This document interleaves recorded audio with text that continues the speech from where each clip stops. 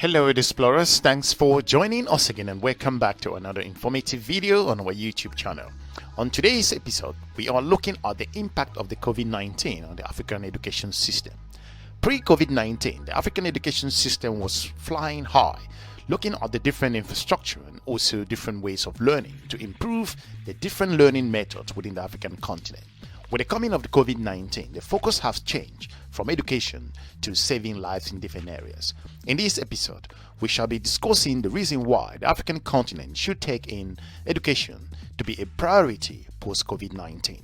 We shall also look into 4 different recommendations that we shall be sharing with you at the end of this video.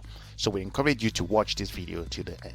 So without any much delay, we shall just go straight into it. Since the beginning of the COVID-19 pandemic, countries across the world have invested around $12 trillion in response to measures to save lives and also support critical economic structures. As the pandemic wears on, those funds are being stretched increasingly thin, with governments around the world forced to make difficult physical trade-offs. In developing regions such as Sub Saharan Africa, where health systems are less advanced and also requires a higher share of limited resources, those trade-offs can lead to areas that pose less immediate socioeconomic risk being overlooked, especially the education system in Africa.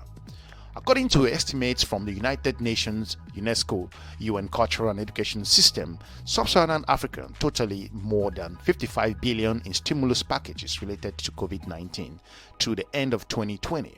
As of that amount, just about $850 million based on those figures are mere 1.5% looking at the allocation to education. On a positive side, looking at that, the percentage actually represents a very higher number when you compare to regions in different parts around the world. COVID-19 has created enormous disruptions in the lives of African youths. Millions of young people have also had their learning put on hold for better or part of the year. As unlikely in more developed regions, the vast majority of students in Africa, up to about 80%, don't have access to internet, making remote learning all but impossible in most areas. In recent months, many African countries have slowly been reopening schools, but millions of students in Sub-Saharan Africa are at risk of not returning, most of which are expected to be girls. Maybe more than 10 million, looking at that particular numbers based on UNESCO's assessment and also estimate. An expected participation declining especially alarming because Sub-Saharan Africa already had world's highest rate of children out of school. Stunning academic to looking at that in those development numbers. More than 85% of primary schools age students do not learn to read and also understand, approximately looking at those text numbers looking at the age of 10, referred to as the learning poverty issue within the continent. In this case, this learning term of learning poverty is as a result of that students of those ages do not have access based on this particular issue.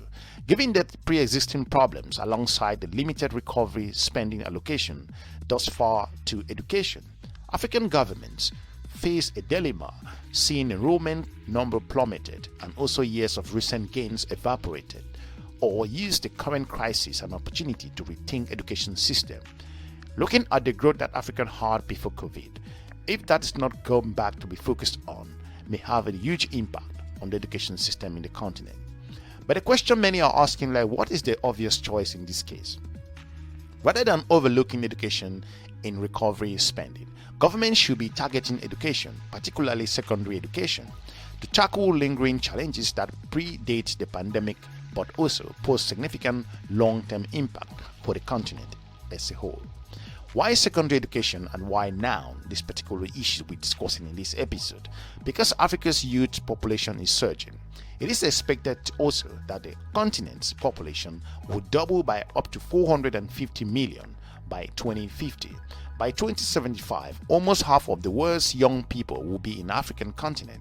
The global workforce will increasingly be African, and also secondary education will be the last schooling most young Africans will receive before they enter the job market, and that's why this is so important post-COVID-19. With the right education and training, Africa's youth population will provide the regions with the unparalleled comparative advantage in labor and also human resources, and will accelerate Africa's economic transformation. At the same time, Consider that each additional year of schooling in Africa raises individuals' earning by up to 10% for males and also 14% for females. If you are new to this channel, we would encourage you to subscribe and share our videos to your different network. Looking at the African continent in general, looking at Sub Saharan Africa, the region faces immense challenges in securing the demographic divide. On the one hand, there simply are not enough good jobs in the African youths in terms of the workforce. According to African Development Bank estimates, if you're unemployed or if the youth unemployment rate remains unchanged, nearly 50% of Africans' young people will be unemployed, discouraged or economically inactive by 2025. But on the other hand, when jobs do exist, employers are increasingly hard-pressed to find enough skilled workers also to fill those particular jobs.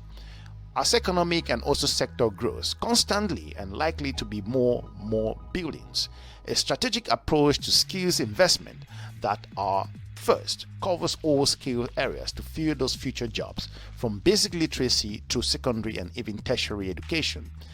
And the second, and aligned to with evolving labor market demands which African continent will experience.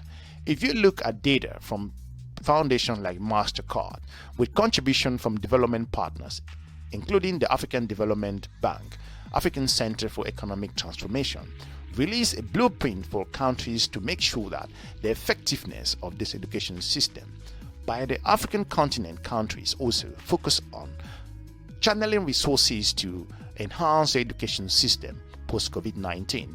It will strengthen the education system because the development and also the achievement that were made before COVID came in would have been lost looking at the time the students have been out from school and in their own homes. In this episode, we do have some recommendation as to how this particular issue could be looked at also to bring back the education system in the African continent back to where it was before COVID hit. Number one, the African continent should invest in teachers. The pandemic has reinforced the important role teachers play in providing individualized feedback, maintaining connections with students, and also providing critical development support.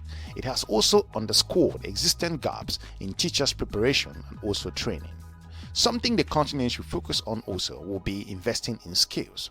Amid massive technology advancement, the future of work is changing in Africa. Such uncertainty puts a premium on skills and likely adaptability, critical thinking, and also creative problem solving. At the least, schooling young people, or many young people in Africa who receive secondary education, must provide students with the skills and also knowledge needed to be prepared for shifts in labor market, which is changing to make the African youth become even more competitive. The next thing that should be looked at is also to the creating clear pathway. The pandemic has underscored the benefits of integrating and also more flexible approach to the education system to deliver of the way the learnings are being done within the continent. National qualification frameworks, which are useful tools in ensuring students are actually learning what they need to know, are sorely needed in many countries. They can bring cohesion to chaos and also learning also to improve the pathways and increase job prospect. The more practical learning should be more job-oriented approaches than just reading and writing as is being done in some parts within the continent. What needs to be done also is to increase access. Despite strong progress in boosting primary enrollment, broad access to education systems remains elusive in different parts across the continent. Excessive travel, particularly in rural areas, financial costs such as uniforms and fees, and gender inequalities were among the biggest pre-pandemic problems which happened at the time, and they still are there looking at what's going on. Additionally, digital infrastructure must be expanded to underdeveloped or undeserved population to better enable distance learning. Perhaps no educational need has been laid so barely by the pandemic as the need for African policymakers to get serious about universal access to learning. It is important that what the COVID-19 has brought in could give Africa a platform to sit on to scale the education system to a hopeful different level, looking at employing new methods that are job-oriented. The demands are high, but the African continent is ripe to step up to this particular plate. If you are new to this channel, we would encourage you to subscribe and share our videos to your different network. Looking at the demand for secondary education in Sub Saharan Africa, it is expected to nearly double by 2030. The supply and also quality matters. There must be increase in current situation. The current time of crisis requires both action. Also, most African leaders have to rise to the challenge. Policymakers, education providers, and also experts in the industry should be able to look at this as an opportunity to make Africa become even more competitive in different areas, especially in the global economy. The same boldness is needed to rebuild Africa's learning infrastructure in a better and also more inclusive way. Education must be a crisis priority, not something that could be kept behind. If Africa, as a continent, needs to be able to become more competitive, the coronavirus is an opportunity for Africa to revitalize and also reorganize the education system to make it more scalable for a more competitive future. Hopefully, we've been able to inform you with the reason why education should be tackled as a priority post-COVID-19 than just looking at it as one of the issues that are there. Otherwise, the continent could face a huge challenge in becoming even more competitive, looking at the different gaps that arose based on the breaks that students across the continent have had from school. Thanks very much for watching our channel. Hopefully, we're able to inform you with regards to the challenges and the issues things need to be done to tackle the educational issues within the African continent looking at post-COVID-19. We encourage you to watch our other episodes. If you are new to this channel, we encourage you to subscribe and share our videos to your different network.